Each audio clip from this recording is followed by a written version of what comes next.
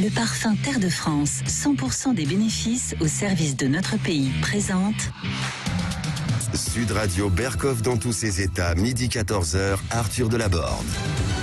On est ravis d'être avec vous sur Sud Radio. Sommes-nous en train de livrer nos données aux renseignements américains? C'est la question qu'on se pose maintenant. Sud Radio Berkhoff dans tous ses états. Et nous sommes avec quelqu'un qui s'est plus que penché sur le sujet, c'est Pascal Joiry. Vous êtes journaliste d'investigation et on avait eu le plaisir de vous recevoir il y a de ça un mois avec André Berkhoff pour votre livre Secret Défense, le livre noir aux éditions Max Milo. Bonjour Pascal Joiry. Bonjour. Bonjour à vous et merci d'être avec nous.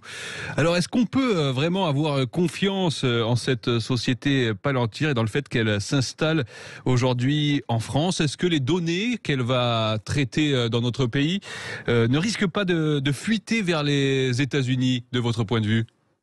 Alors, j'ai préparé un petit résumé pour les gens, pour qu'on se rende compte de ce que ça représente Palantir. Oui. Si vous voulez, en 2 minutes, je vais vous le dire et vous allez vous rendre compte de l'ampleur de ce que c'est.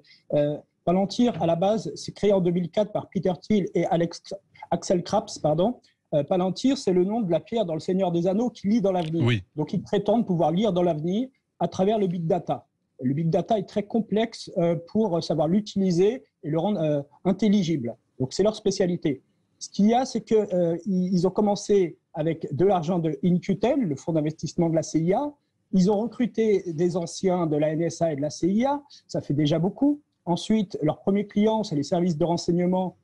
Dans l'affaire Snowden, on entend parler de Palantir. Après, ça a été les services de police, l'armée. Donc, c'est pas rien. Maintenant, ils ont fait leur réputation dans la traque de Ben Laden et dans l'affaire Daniel Pearl, mais on ne sait pas si c'est vrai. Ils ont commencé à approcher en France des clients comme Carrefour, qui a vite abandonné parce que c'était beaucoup trop cher. Ensuite, Airbus, chez qui ils ont débauché le numéro 2 pour en faire leur directeur France.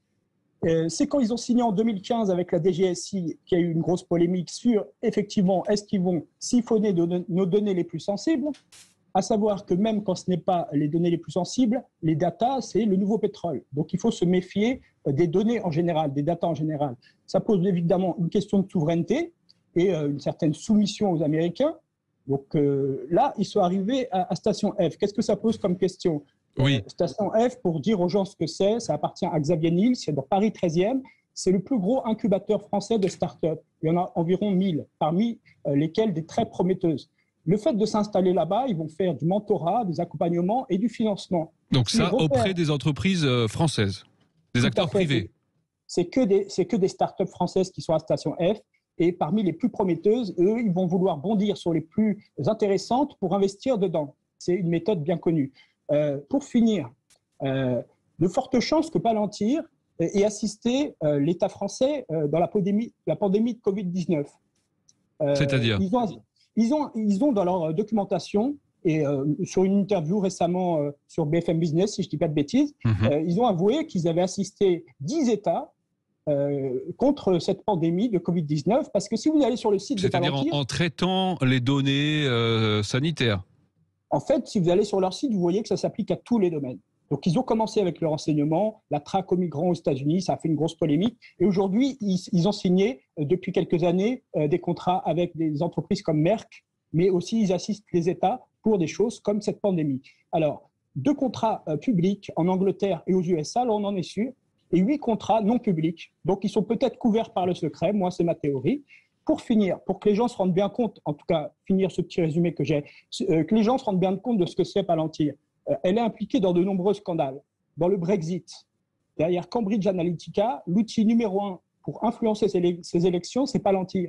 Ils sont soupçonnés d'avoir influencé aussi l'élection de Trump. Ils sont donc impliqués dans la traque aux migrants.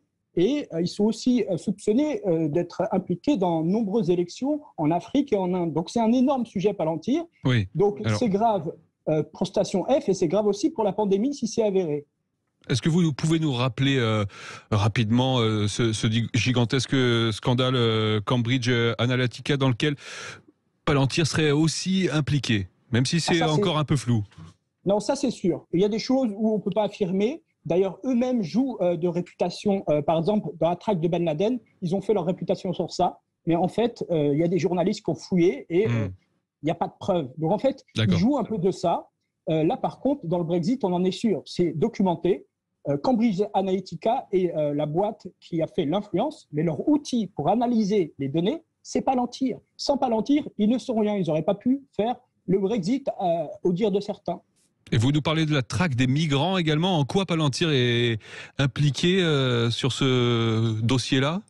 Alors, il a fait beaucoup de bruit aux États-Unis, puisque leur première spécialité à la base, c'est quand même renseignement, police, armée. Donc, on rentre beaucoup de données et ça permet, pour la traque aux migrants, j'imagine qu'il rentrait absolument toutes les données concernant à la fois la police, à la fois l'entrée aux frontières, les aéroports.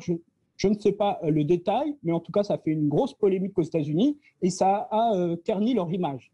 Voilà. C'est pour ça aussi que peut-être maintenant ils s'éloignent. Ils ne font pas que du renseignement de la police et de l'armée, mais ils vont vers la santé, vers, vous voyez, Carrefour, la logistique, gagner en productivité, etc.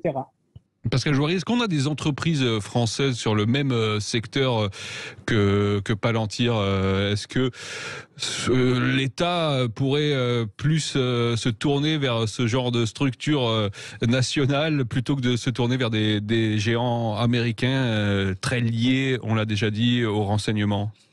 Il y a deux versions. Il y en a qui disent qu'on n'a pas du tout les moyens et le temps et les entreprises pour le faire. Moi, je pense que c'est pas vrai. Je pense qu'on pourrait, avec beaucoup de volonté, le faire, comme sur beaucoup de choses. Maintenant, effectivement, Thales et Atos, je ne vais pas vous dire de bêtises, ATA, Atos, voilà. non. Oui, Atos, voilà, avait un projet qui s'appelait ATA et qui devait être le Palantir français. Donc, ce n'est pas du tout fini et certains disent même que ça va tomber à l'eau avant d'arriver. Il faut voir aussi que, avant de voir si on a la capacité de le faire, il y a aussi l'influence américaine qui va essayer de nous empêcher de le faire. Donc, il faut y voir clair entre ces deux choses. Est-ce que ce n'est pas la continuité de l'influence, par exemple, de cabinets comme McKinsey sur la politique de santé publique ? Est-ce qu'il y a un danger à livrer comme ça notre politique de santé publique à des cabinets privés comme McKinsey ou Palantir ? Et bien sûr, on est exactement dans le même sujet. Les gens, la plupart, ne se rendent pas compte. Les datas, les données de tout ce qui se passe en ligne, mais pas que, c'est le nouveau pétrole. C'est-à-dire, c'est le cœur de l'intelligence artificielle. Et tous les spécialistes disent que celui qui maîtrisera l'intelligence artificielle dominera. Donc, dans tous les domaines. Mais il y a du bon et du moins bon. Hein. Dans la santé, ça peut aussi être efficace de savoir analyser des données. Maintenant, faire appel à un cabinet américain comme Palantir ou McKinsey pour la pandémie, par exemple, si ça marchait bien, pourquoi pas ? Quand on voit le résultat aux États-Unis et en Angleterre, où on est sûr qu'ils ont fait, et en France, très probable qu'ils l'ont fait, on voit que les résultats ne sont pas géniaux. Ils en sont à 800 000 morts aux États-Unis. Donc, bon, un cabinet lié au renseignement qui s'occupe de santé, déjà, ce n'est pas terrible, mais en plus, il est étranger, c'est encore moins bien, mais en plus, ça ne marche pas. Ça fait beaucoup. Et concrètement, quelles sont les données précisément qui sont exploitées par Palantir en ce qui concerne cette crise sanitaire ? Est-ce qu'on peut imaginer, par exemple, qu'ils utilisent les données liées au pass sanitaire, en tout cas les métadonnées liées au pass sanitaire, c'est-à-dire les données de géolocalisation, par exemple ? Alors, le pire, c'est que c'est secret et en même temps, vous allez sur leur site et même sur les réseaux sociaux, sur Twitter, ils s'en vantent d'avoir joué un rôle clé dans la pandémie. Et sur leur site, ils expliquent ce qu'ils font, globalement. Il y a même des démos, il y a tout ce qu'il faut. En gros, toutes les infos sont importantes, c'est-à-dire le nombre de lits dans les hôpitaux, de réa, est-ce qu'on va en manquer, prévoir à l'avance où ça va coincer, le déploiement des vaccins, le déploiement des tests, le déploiement, absolument tout est important.